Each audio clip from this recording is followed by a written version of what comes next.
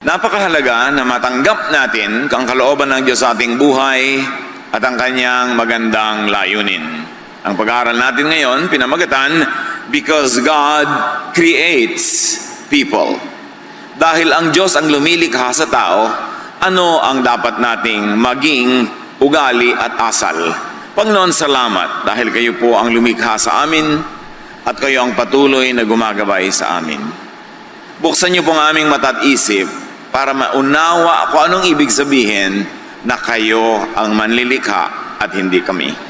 Lead us, teach us, empower us to understand your word so we may apply it in our daily lives. Ama namin, kayo pong inihiling namin maging tagapangaral, walang iba. Gamitin nyo lang ang inyong lingkod bilang kasangkapan, pero kayo po ang siyang mangaral. Lead us, teach us in the name of Jesus your Son, our Lord, our Savior and friend. Psalm 139:13-16. You are the one who put me together inside my mother's body. And I praise you because of the wonderful way you created me. Everything you do is marvelous. Of this, I have no doubt. Nothing about me is hidden from you. I was secretly woven together deep in the earth below. But with your own eyes, you saw my body being formed. Napakalalim ng pagkaunawa ng psalmist ng umawit na ito sa kahulugan na ang Diyos ang lumikha sa kanya. Sabi niya, kayo ang lumikha sa akin, kayo ang bumuo ng aking pagkatao, nung pamang ako'y dahan-dahang nabubuo sa sinapupunan ng aking ina. At dahil lahat ng inyong ginagawa ay napakaganda, wala akong kaduda-duda. Wala namang nalihim tungkol sa akin o ako'y nililikha kasi kayo ang lumikha sa akin. Nakita nyo at kayo ang gumawa ng lahat ng ginagawa sa akin. So not anyone else, but God is the one who creates people. God lang ang creator. Satan is a destroyer, a thief, but not a creator. God lang ang lumilikha ng lahat ng nilikha. God creates and therefore knows. God knows and therefore accepts people for who or what they are. And this is how God made them. Sapagkat ang Diyos ang lumikha sa lahat ng tao, Diyos din ang nakakakilala sa lahat ng tao. Kaya Diyos din ang kauna-unahang nagmamahal at tumatanggap sa lahat ng tao dahil siya ang lumikha sa kanila. God creates people wonderfully. Everything God does is marvelous. Ang paglikha daw ng Diyos sa tao ay kamangha-mangha. Ang nilikha niya at produkto ng paglikha ay kamangha-mangha. Kaya lahat ng ginagawa ng Diyos ay kahanga-hanga. At kung ito ang sinasabi ng salita ng Diyos, sino tayo para magsabing hindi kahanga-hanga ang iba? Sino tayo para magsabing mali ang pagkakalikha sa iba? Dapat nating suriin kung ano ang pamantayang ating ginagamit, anong standards ang ina-apply natin, bakit hindi tayo nagagandahan sa iba? Samantalang Diyos ang may likha at ang lahat ng likha niya may angking kagandahan. So either tayo ang mali o ang Diyos ang mali pag napapangitan tayo at namamalian sa mga nilikha niya. At syempre wala naman dapat contest yan. Alam nating laging tama ang Diyos. So pagdudahan natin ang ating mga sarili kapag hindi tayo nagagandahan sa kanyang creation. Dahil Diyos ang lumikha at pag Diyos ang lumikha, maganda ang nilikha. If it is God who creates people, if it is God who creates people wonderfully, then we should respect, appreciate, and even celebrate the Creator and the creation. And it means that we should respect, appreciate, and celebrate others, even those who are different from us. And we should also respect, appreciate, and celebrate ourselves because we too are God's creations. And God is not a God of sameness. God is God of variety. Kaya iba-iba ang tao, iba-iba ang talino, Iba-iba ang galing, iba-iba ang ugali ng tao. Hindi ko mukaiba mo ng ugali ay mali na siya dahil ikaw ang tama. Napakakitid ng pag-iisip ang ganong uri ng pananaw. Psalm 139:16. Even before I was born, you had written in your book everything I would do. At ito ang pinaniniwalaan ng iba na pinagsasaligan, sinasandalan ng paniniwalaan nila na mayroong kapalaran ang tao na nakaguhit, na may tadhana. Dahil sabi, bago pa man ako sinilang, isinulat mo na sa iyong aklat ang lahat ng aking gagawin. Siyempre, ang Bible ay poetic language and poetry sometimes employs exaggeration. Hindi naman kailangan napaka-literal ng paglapat ng mga sinasabi ng mga talatang ito. But it is important to appreciate that as God designs and creates people, God also predestines or predisposes people. Dahil Diyos ang may likha at may disenyo, para na ring iginuhit niya ang tadhana ng nilikha niya. Halimbawa, nilikha ka niya na magaling sa mathematics, ay para na rin niyang itinakda sa iyo kung ano ang iyong magiging propesyon, ano ang iyong magiging trabaho, papel sa buhay. Nilikha ka niya na mahilig at magandang sumayaw, mahilig at mahusay magpinta, nilikha ka niya na mahilig at magaling mamahala, nilikha ka niya na mabusisi, maburiri sa buhay, nilikha ka naman niya na baliwala sa iyo ang mga detalye, ang mahalaga lang yung general things, para na rin binigyan ka na magiging job description at mission mo sa buhay. Kaya may mga taong OC, mga obsessive-compulsive, nilikha silang ganon. Kung wala naman mga ganon, puro burara na lang lahat ng tao, di wala nang kaayusan.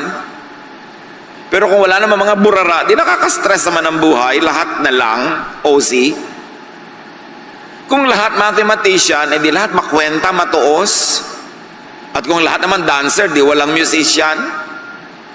Kung lahat engineer, walang doktor. At kung lahat takot sa dugo, walang magiging nurse. Kaya iba-iba ang ibinigay ng Diyos sa atin ng mga pagkatao, kaugalian, kasi iba-iba ang pangangailangan natin pag tayo'y magkakasama. Ganon din sa church. Iba-iba ang talent na ibinigay sa tao. Merong mahusay mag-organize, may hindi. Merong mahusay sa tugtog, meron sa sayaw, meron sa pakikisalamuha sa mga bagong dating. Merong mahusay mangaral, mahusay magturo sa small group, meron sa big group. Iba-iba. Para pag tayo magkakasama, lahat ng pangangailangan natin ay nasasagutan, natutugunan ng iba't ibang kapatid. At dahil doon, kailangan natin ang isa't isa at mahalaga ang bawat isa. Iyon ang itinakda ng Diyos. Kaya kung ano ang likas mo, yun ang assignment mo sa buhay. Kaya sabi, nilikha mo ako, kaya itinakda mo sa akin na magiging guhit ng aking palad.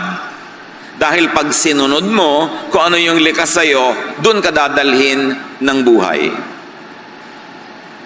Kaya merong mga masiselan, ang gusto mapangasawa nila, malilinis, talagang masiselan din. So parang itinakda sa'yo kung sino ang magugustuhan mo. May nakatakda talaga, dahil may lumikha sa atin. Note that this is generally, not specifically written in the book of life. Because God does not dictate specific choices. Nilikha ka halimbawa na malikhain ka sa arts, pero may choice ka pa rin kung susundin mo yun or not. At kung malikhain ka man, may choice ka pa rin kung magte-training ka ba o hindi, pag-aaralan mo mga mabuti o pababayaan mo lang yung likas na talent mo. Kaya may nakatakda sa iyo na assignment, pero within the specifics of that assignment in life, may free will ka. Kaya kung ano ang gagawin mo sa likas na bigay sa iyo, nagkakaiba-iba pa rin ang palad ng tao. Pare-pareho kayo halimbawa magagaling, pero yung isa nag-aral, nag-training, nagpakadalubhasa, magiging iba ang role nyo sa buhay. Magiging assistant ka siguro niya pagdating ng araw, pero nandun ka pa rin sa area na yon. At maraming tao ay maralita, dukha, miserable, hindi successful, walang bunga sa buhay, Kasi pinipilit nilang mag-operate sa isang larangan ng buhay na hindi naman yun ang disenyo sa kanila ng Diyos. Meron naman na parang ang dali-dali magtagumpay, ang dali-daling mamunga. Kasi nasa area sila where they are gifted by God, tas dinevelop pa nila, nagsanay pa sila, dumadali tuloy o nagmumukhang madali. Pero hindi idinidikta ng Diyos ang bawat hakbang, bawat desisyon na gagawin mo. Pero meron ka ng parabagang hilig na kung susundin mo, dun pupunta ang iyong mga desisyon. But the details are up to you, and that is where free will operates.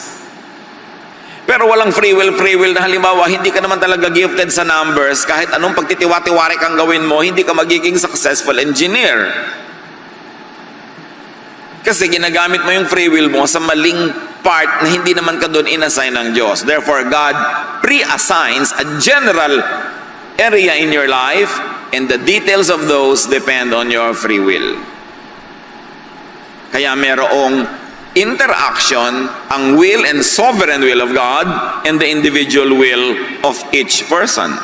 Occasionally, God is known to inspire. Occasionally, God is known to direct, specifically, especially the men and women that He uses for special missions. But that is not always the case. Normally, the given are inborn traits, mentality, what we call nature, what scientists call genes. Meron talagang nakatakda na magiging general character mo depending on your genetic makeup. Magtataka ka, bakit magkapatid ito, magkaiba ng ugali? Ang dami-daming lolo't lola from mother and father side na pwedeng pagkuhanan ng ilong, pagkuhanan ng tenga, pagkuhanan ng kalinisan, pagkuhanan ng ugali, kaya nagkakaiba-iba kahit magkakapatid.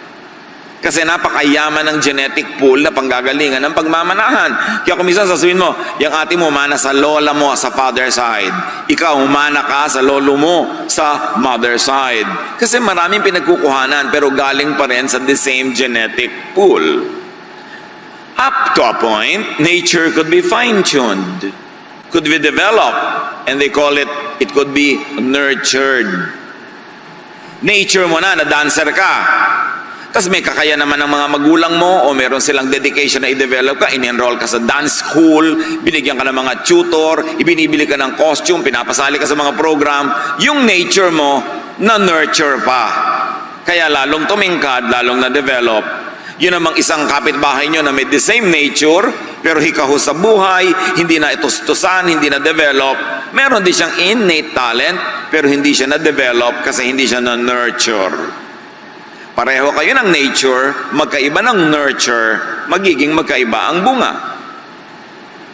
Pero, yung hindi na-nurture, ganun pa rin ang nature niya, hindi pa rin yun na iba. Kaya marami sa atin, ang nakikita natin sa kapwa, hindi yung tunay na pagkataong nilikha para sa kanya ng Diyos kasi nadiktahan siya ng karukhaan, kahirapan, lack of nurture, kaya hindi lumalabas yung pinakalikas na gusto niya. Anak, anong gusto mong pag-aralan? Gusto ko pong mag-aral ng museum and theater management. Sasabihin ng nanay, anong trabaho makukuha mo dyan?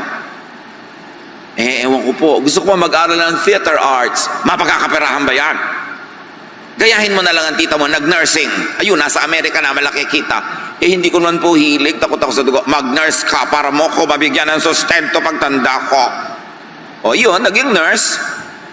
Napilit sa nurture, pero hindi yun ang nature. Don't expect na maging outstanding nurse yun. Napilit din, pero hindi yun ang likas. Gano sa atin karami ang napilitan lang sa napagsidlan natin sa buhay. Kaya kalaban natin mga kapatid ang kahirapan. Kasi kumisan dahil sa kahirapan, ang inuuna natin economic survival, not the human development. Hindi yung pamumukadkad at pamumulaklak ng tunay na pagkatao. Kasi survival at ilalagay sa sikmura ang inuuna natin dahil sa pangangailangan. You cannot be what you were not designed to be. Tulad ng ang orchid ay hindi pwedeng maging cactus. Katulad ng ang isdang tabang ay hindi pwedeng mag-survive sa maalat na dagat. Lahat tayo ay merong dapat kasidlan at tungkulin ng mga magulang at ng mga sariling may katawan na hanapin kung ano yon, dahil yon ang kalooban ng Diyos. You could only be what you were created to be. How people think, what people are disposed to choose and to do, could be God's design, God's creation, therefore God's will. Mahirap tanggapin kung minsan na itong taong kakaiba kong mag-isip ay nilikha ng Diyos na ganon. Kasi gusto nating isiping tayo lang ang nilikha ng Diyos, tayo lang ang tama, at lahat ng hindi natin kasundo, iba ang paraan ng pag-iisip ay hindi nilikha ng Diyos. Pero ang lahat ng tao ay nilikha ng Diyos. Do not give to Satan an honor that he does not have, na siya ay creator, hindi siya creator. Yan ang problema ng mga relihiyon. Pag iba ang paniniwala ko sa paniniwala mo, demonyo ka at ako lang ang sa Diyos. Ganon din ang makitid na pag-iisip ng maraming tao, magkaiba kami ng ugali ng kapatid ko, therefore mali siya, kasi syempre ako ang tama. Kakitiran. No matter how much people misunderstand and disagree with the design was made by God, and it is marvelous and wonderful. Kung minsan, mata lang natin na nagkukulang para makita yon. Maraming magagandang tanawin, hindi mo lang nakikita kasi malabo ang iyong mata. Kung minsan sa isang kwarto, ang dami-daming hiyas, ang dami-daming magagandang muebles, hindi mo nakikita kasi walang ilaw. Pero nandun. Kaya mahalaga ang kaliwanagan. Kaliwanagan ng isip, ng puso at ng pananaw para makita natin ang magandang kalooban ng Diyos. Kahit pa sa simula ay parang hindi yun ang kalooban ng Diyos dahil hindi yun ang gusto natin o hindi yun ang pinaniniwalaan natin sa buhay. Matthew 19:11 to 12, Jesus replied, "Not everyone can accept this word, but only those to whom it has been given. For there are eunuchs who were born that way," meaning there are eunuchs who are eunuchs by nature. "And there are eunuchs who have been made eunuchs by others. So they have become eunuchs by nurture. And there are those who choose to live like eunuchs. Therefore there are eunuchs or free will or personal choice nila for the sake of the kingdom of heaven. The one who can accept this should accept this." Eunuchs are male persons who are deprived of their sexual development so that they could serve the female members of royal families. Kinakapon sila maaga pa lang. And because of that, they don't develop fully as males. At sabi ni Jesus, may mga eunuch na born that way. Kahit na hindi mo yan ginawang eunuch, eunuch talaga siya. Meron naman na kinapon nyo kasi, kaya naging eunuch. At meron naman, kalooban niya, gusto niya, hindi nyo pinilit, pero yun ang gusto niyang maging papel sa buhay. Therefore, naging eunuch siya. Sabi ni Jesus, the one who can accept this should accept this.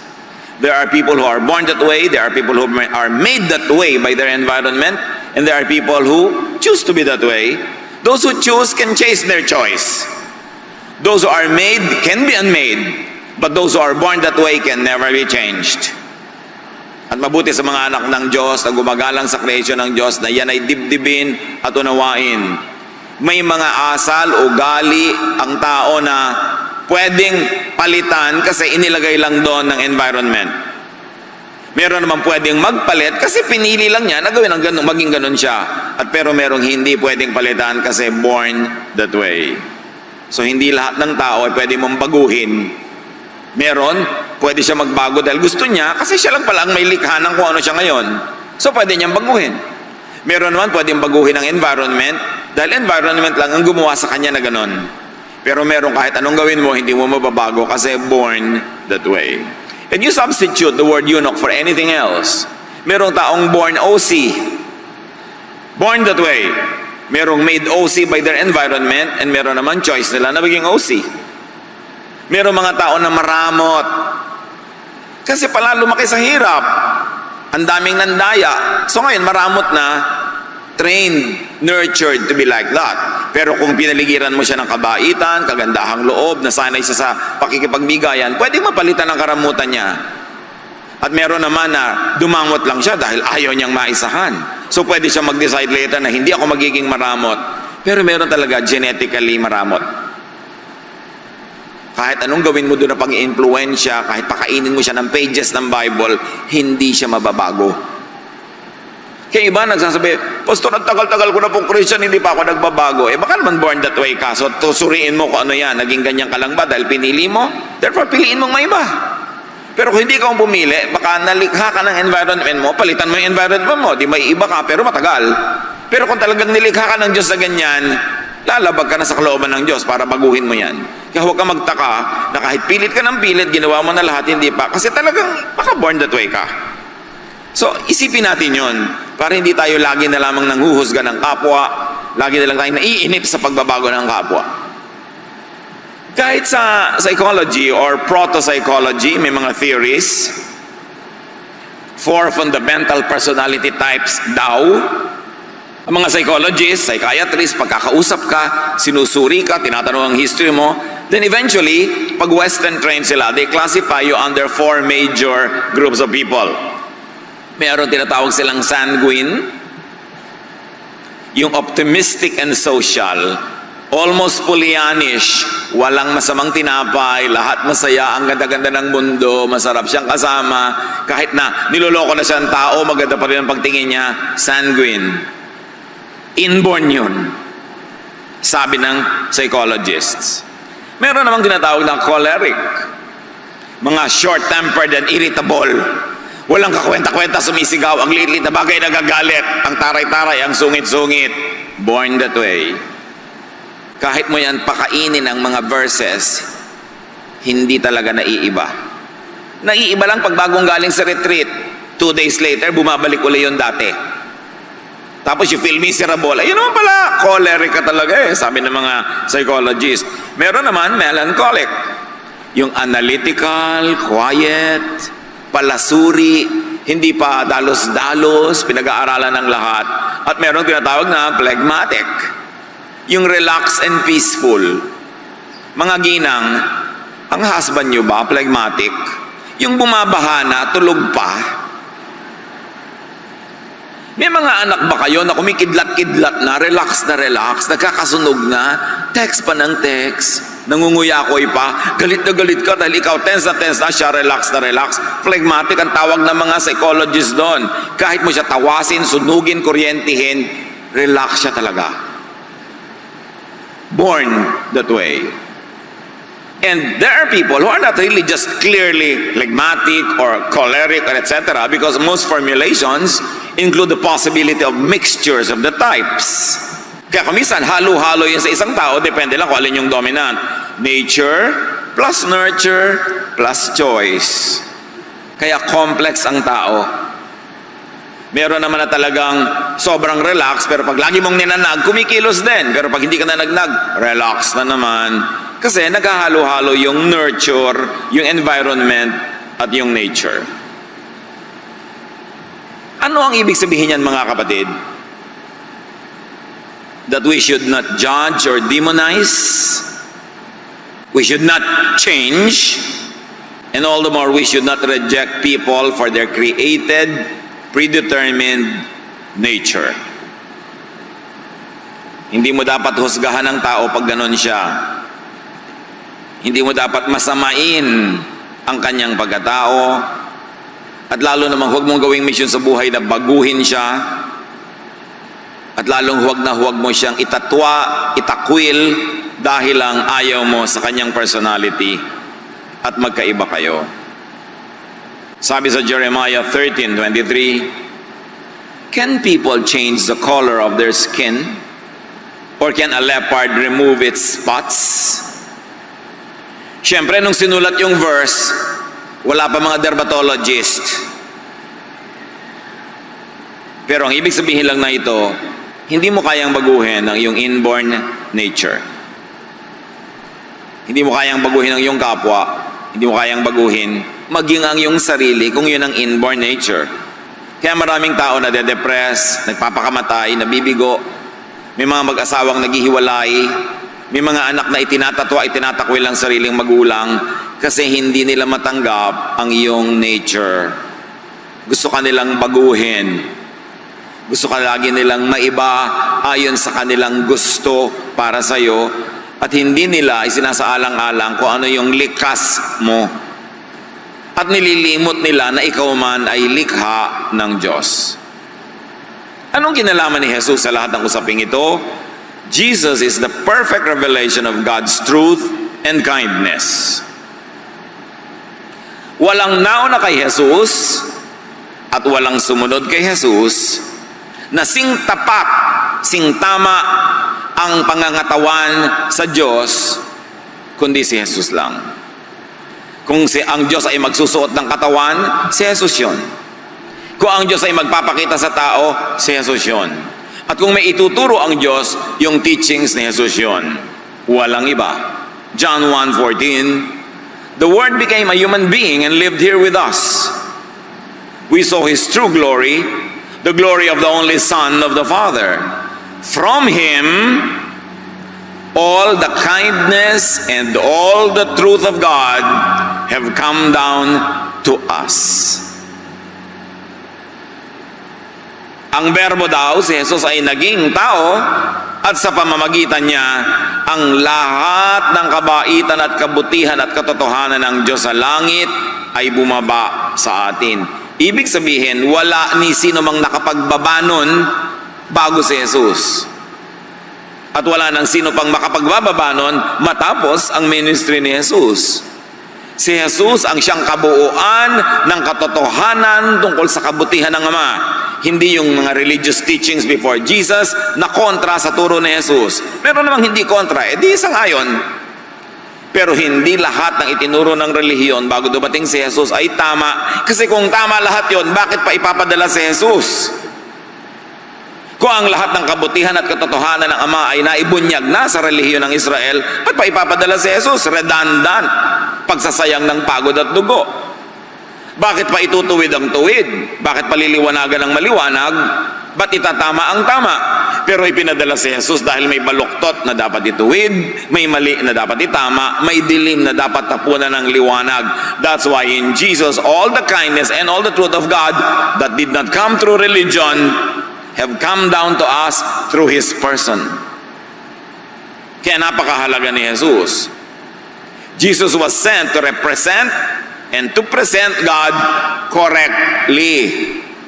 Ibig sabihin merong incorrect at merong mga misrepresentations ang religion, kaya dapat ipadala pa si Jesus para ituwid yun. At lahat ng baluktot at likunon, sila yung nagalit kay Jesus dahil ayaw nilang maituwid.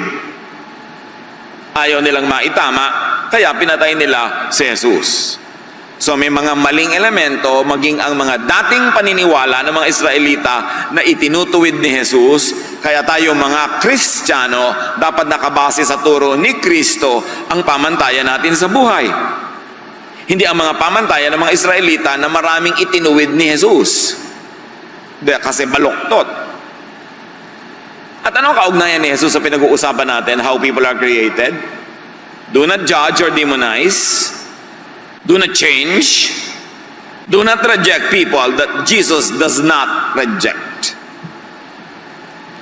Kung si Jesus ang kabuuan ng buong kabutihan ng Ama, kung si Jesus ang kinatawan ng katotohanan ng Ama, therefore ang minahal niya ay dapat nating mahalin, at ang hindi niya itinakwil ay di natin dapat itakwil kasi siya ang perfect representation of the kindness of God. So kung may nire-reject ang law of Israel na hindi nire-reject ni Jesus, hindi natin kailangang patuloy na reject yan. At kung may minahal si Jesus na hindi minahal ng law of Israel, dapat nating mahalin because Jesus, not the law, is the perfect representation of God. Jesus, not the traditions of religion, is the perfect representation of God's kindness. Therefore, Jesus is the standard. Pag pinag-aralan natin ang gospel, malalaman naman natin dun alin ba ang batas sa pinairal at alin ang hindi at pinalitan ng pag-ibig.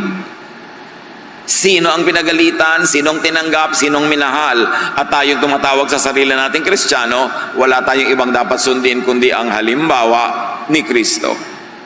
Jesus is the measure of all things. Jesus is the Son of God. Jesus is our Savior. Jesus is the one who resurrected from the dead and saves us. Therefore, siya ang dapat nating tularan. Don't force people to live outside of their God-given design or nature, because Jesus did not do that.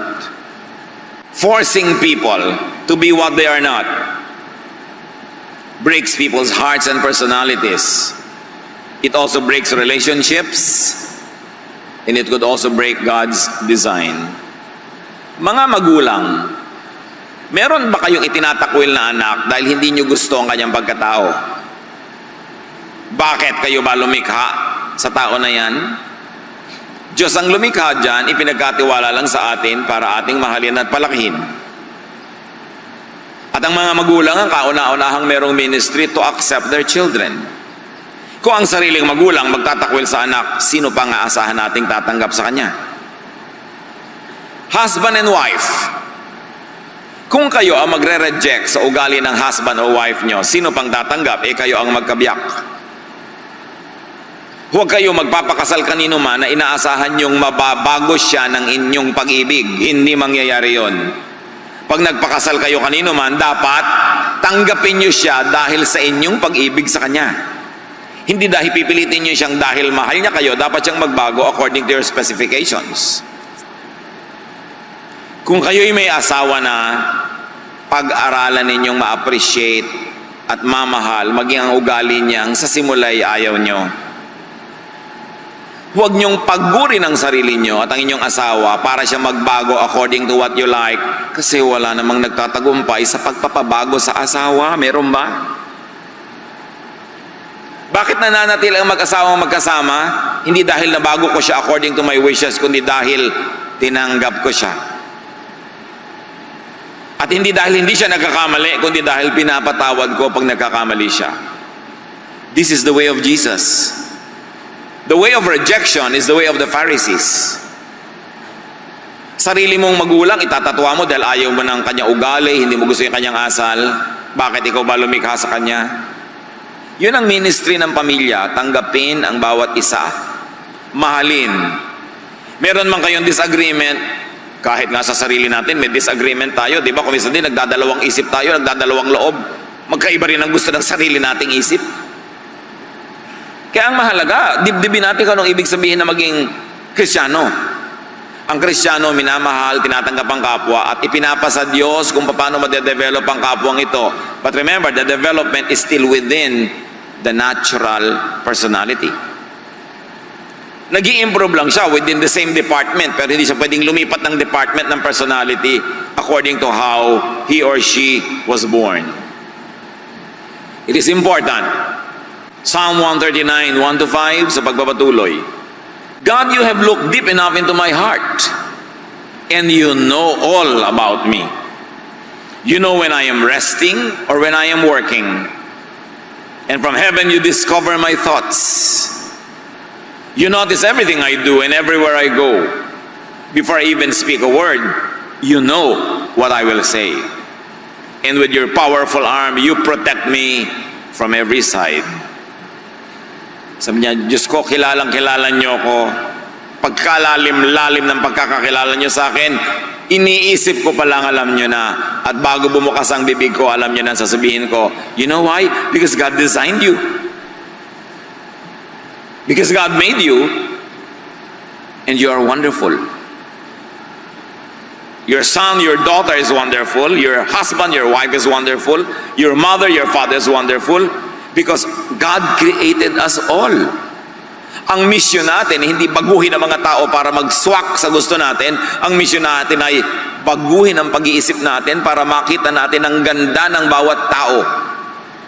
Siguro hindi natin makikita ang buong personality niya na 100 maganda. Hanapin niyo kung alin yung nagagandahan kayo at yun ang titigan. Yun ang palakihin. Yung tama, hindi yung mali. Yung gusto nyo, hindi yung ayaw. Kasi ito yung papalakihin natin yung ayaw natin, malalayo ang ating loob, mamaya maghihiwa-hiwalay na tayo sa buhay, at kahit magpapalit-palit kayo ng kasama buong buhay, tatanda na lang at kakamatayan nyo na wala pa rin kayong nakasundo. Napakahalaga yung importanteng turo ni Jesus to love and accept people And if ever there will be changes in their lives, and there should be because we grow from glory to glory, let God be the agent of that change, not us. Hindi yun na ipipilit, hindi na igigiit. Nangyayari yun kung may pagbabago sa loob ng puso ng tao at spirito lang ng Diyos ang nakakagawa nun. God does not even change people. Bakit? If God changes people, di kasalanan niya yung mga ibang hindi nag-change. Kaya pas ginabi mong binago ako ng Diyos. Talaga? Ba't yung iba hindi binago ng Diyos? Di kasalanan ng Diyos, hindi niya binago yun. Nagbabago tayo pag nagkakaroon tayo ng kaliwanagan. Pagkaunawa, nagkakaroon tayo ng desisyon to improve our ways. But you cannot change your inborn nature. You can only change what was nurtured in you. What you learn, you can unlearn. What was programmed into you, you can deprogram. But your inborn nature, you cannot change that because God, that is God's call. That is God's decision. Kaya kung hindi ka talaga talented sa chemistry, kahit anong pilit mo, hindi mo matatandaan kung anong ibig sabihin ng NaCl. Kaya huwag mo nang tandaan. Total, marami kang ba ibang natatandaan sa buhay, yun ang strength mo. Doon ka na lang. Leave chemistry to the chemists. That's why we need one another. Because God knows people, God accepts, God loves, and God protects people from every side, from others, even from themselves. He protects what He created in people. At ito ang problema sa maraming relihiyon. Most religious ministrations are aimed at changing rather than accepting people. Jesus accepted people first. And then eventually those people improved within what is allowed by their inborn nature. Nakakatakot tuloy sumama sa retreat. Kasi sabi sa retreat, 2 days that will change your life. Does everybody really want to change? Paano kung 2 days where you will experience God's love and acceptance? Dami sasama. Pero yung pupunta ka sa church, yung mga usherette nakairap sa'yo pagka hindi conservative ang damit mo. Nasa pinto ka pa lang, gusto ka nang baguhin. Nakakatakot. Hindi ganon si Jesus. Ang unang-unang ginagawa ni Jesus, kung ano ka man, as is where is, tinatanggap ka muna. Minamahal ka muna. At kung naramdaman mo na ang pag-ibig na yon, na-inspire ka na, ikaw na ang mag-i-improve sa iyong sarili sa tulong ng Diyos. Pero hindi ka magpapalit ng anyo dahil yun ang inaasahan ng committee, dahil yun ang inaasahan ng mga nakakaalam, merong power over you. Kasi hypocrisy lang yon. Dapat galing sa loob, likas, bukal sa loob. Yun ang pagbabagong totoo at magtatagal. What are the unpleasant results of rejection and trying to change people? Alienation. Nagkakalayo-layo ang loob. Judgmentalism. Because your tendency is to judge everybody that you don't agree with or sa tingin mo ay mali. Kakambal niyan, self-righteousness. On the part of the so-called normal or righteous. Alam niyo, ibig sabihin lang ng normal, majority. Hindi ibig sabihin correct. So pagka kayo ay kabahagi ng mga 70 to 80%, kayo ay normal. Hindi ibig sabihin ng normal, correct. Ibig sabihin lang, marami kayo. Pero siyempre, ang kabaliktaran ng normal, yung konti, abnormal, ang tingin na ugagad natin, wrong, abnoy yan. Bakit? Kasi kakaiba siya mag-isip. Diba? Abnoy yan, ibang klase siyang magprito ng itlog. Ibang klase siyang magtalop ng kamatis. Abnormal yan. Mali agad. Kasi ang tendency ng normal, i-judge yung abnormal. Pero alam niyo kung sinong pinakisamahan ni Jesus ng todo-todo? Minahal, sinagip, yung mga tinatawag na abnormal. Yung latak ng lipunan, yung itinapo ng lipunan, yung nire-reject ng church, ng temple, ng synagogue, yung nilalayuan ng mga normal, yun ang mga pinuntahan ni Jesus. Hinipo niya yung bangkay, pinuntahan niya yung possessed. Minahal niya yung babaeng gustong batuhin ng mga normal. Kasi abnormal yung buhay ng babae na siya ay living in adultery. Ang pinuntahan niya sa Jericho, si Zacchaeus, the abnormal, ka-Israelita, kumakampi sa Romans, tapos chief tax collector pa. Ang mga pinuntahan ni Jesus, ang mga crowd ni Jesus, sabi nga ng mga Pharisees, tax collectors and sinners, the abnormal. Kaya kung abnormal ka, alam mo nang love ka ni Jesus, thank you na lang. Salamat. Kasi ang totoo, lahat naman ng tao may kaabno yan, nakatago lang. Ilang tao ang baliw out of 10? 10 ang baliw. Iba-iba lang tayo ng department ng kabaliwan. Iba-iba ng panahon. Kaya kung yung kapwa mo nababaliw-baliw ngayon, unawain mo na lang, bukas ikaw naman. May tao bang hindi baliw? May taong baliw na baliw sa apo. Apo na ang pinakamaganda. Kahit natatakot yung iba. Ang sarili niyang anak, mutyang-mutya, pinakamatalino, pero kahit na pinakamababa ang grade. Kabaliwan yon, di ba? May mga babaeng bumibili ng bag na 3 milyong piso, hindi ba kabaliwan yon? Pero gusto niya, trip niya, hindi naman niya ninakaw, sino ka naman para mag-judge? Yung bag mo nga, 50 pesos, pero fake naman yung brand. Hindi ba ka-abnormalan din yon? Lahat ng tao abnormal. Pag nagsimula tayong tanggapin yon, you will relax. You will love more. You will be more like Jesus. Pero pag pinarusahan mo ang tao na nagtatapat tungkol sa ka-abnormalan niya, ang tuturuan mo siyang magtago, kumailalim, maging hypocrite para hindi maparusahan. At yan ang ayaw ng Diyos, hypocrisy. Ang Diyos ay doktor. Ang pasyente naguhubad sa harap ng doktor. Sinasabi lahat ng sakit niya, lahat ng history niya. Kasi pag hindi ka naging totoo, paano ka gagamutin? At sa atin din, kung itinatago natin lahat ng ating mga bakaho, ang ating mga kahinaan, ang ating mga kabaliwan, paano ka mamiministeran? That's why we always say that the church is a place of a hospital for sick people. It is not a display window for perfect merchandise. Kaya dapat wala nang pagkukunwari. Kaya lang, nagkukunwari ka kasi paparusahan ka pag nalaman ng tao kung ano yung totoo. But that is not the spirit of Jesus. That is not the Christian community. That is a community of religious hypocrites. Kaya dapat talagang salain, linisin, ligligin ang church para maging totoo sa pag-ibig ni Jesus. Pagka ang mga tao will reject one another for their reality, you will give them imposed hypocrisy and needless guilt. Ang daming tao nagigilty sa hindi naman dapat ika-guilty, na condition lang sila ng conservative thinking to be guilty.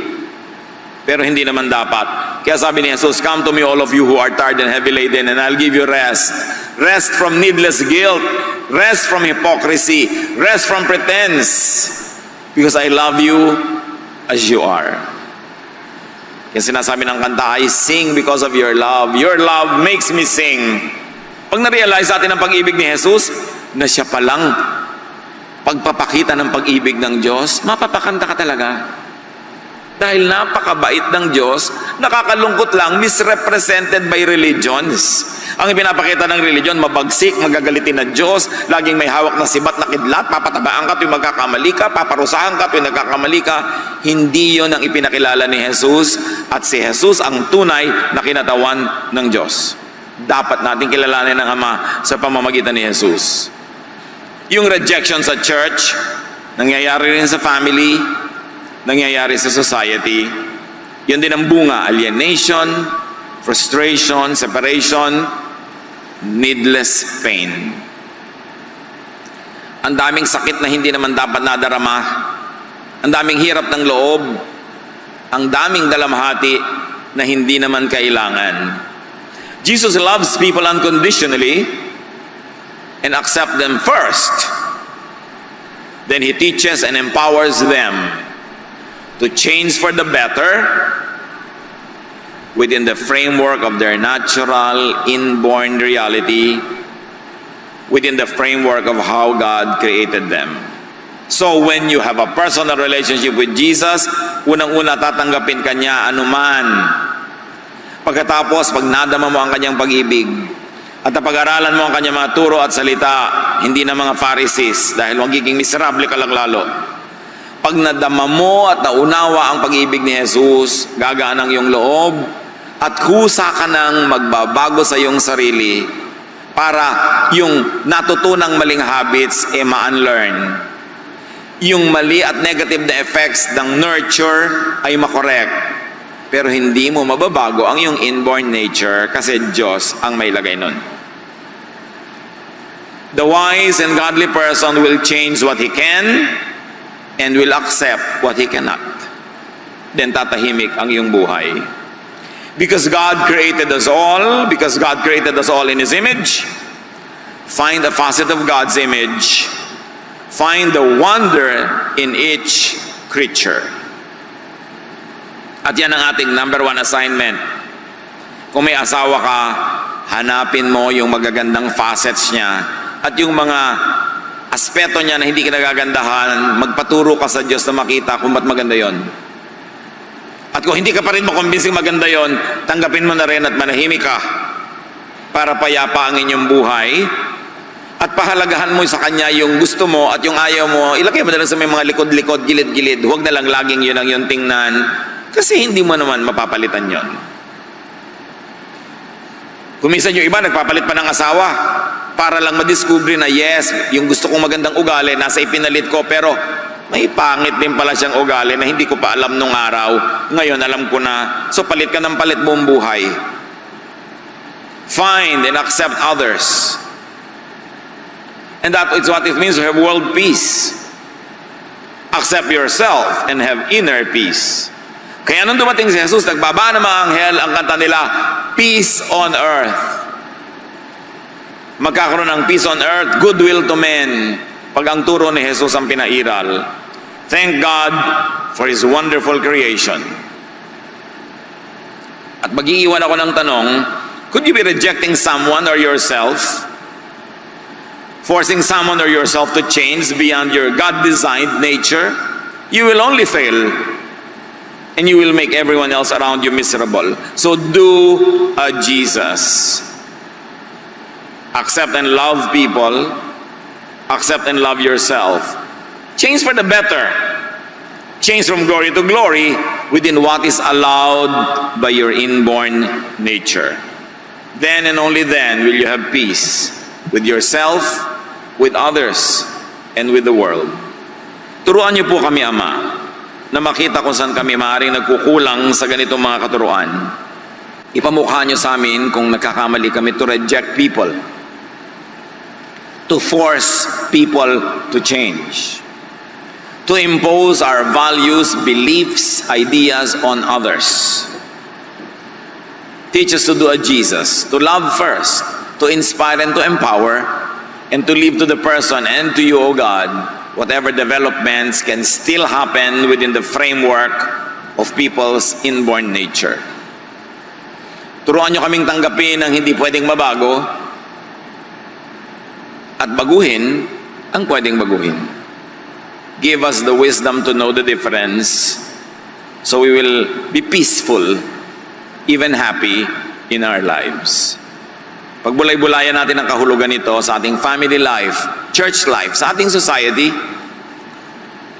do a Jesus. Dear Lord, as your people remain silent before you for a while, finish this message, give everyone very practical, doable applications. Let's be with the Lord in silent reflection.